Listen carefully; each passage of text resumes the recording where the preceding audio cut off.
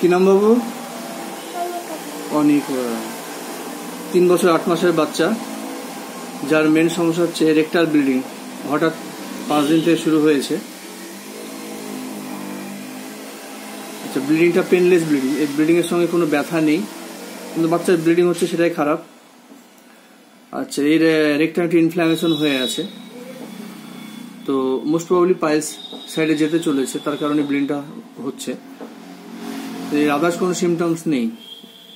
এর গার্জেন যেটা জানাচ্ছে, স্টুল রেগুলারই হয়, ইরেগুলার টাইপের হয়, একদিন পর পর স্টুল আসে।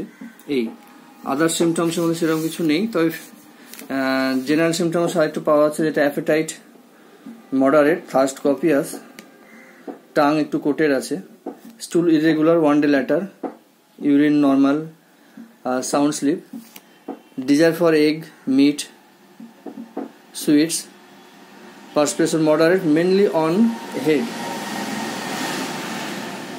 bathing desire, restless baby। তো এইসব সিমটমস বেস করে আর একটু হেলথে এর আগে ভালোই ছিল, আর জন্মের সময় ভালোই ওজন হয়েছিল। এসব জিনিস বেস করে ওকে লাইমমাস্ট 200 প্রেসক্রাইব করা হলো। তো আশা করছি এতে ওর ব্লিডিংটা বন্ধ হবে, আর ভেতরে ইনফ্ল্যামেশন যেটা হয়ে আছে সেটাও কমে যাবে। তাহলে বাইরের খাবার বাবু, বাইরের খাবার পুরো বন্ধ, কেমন?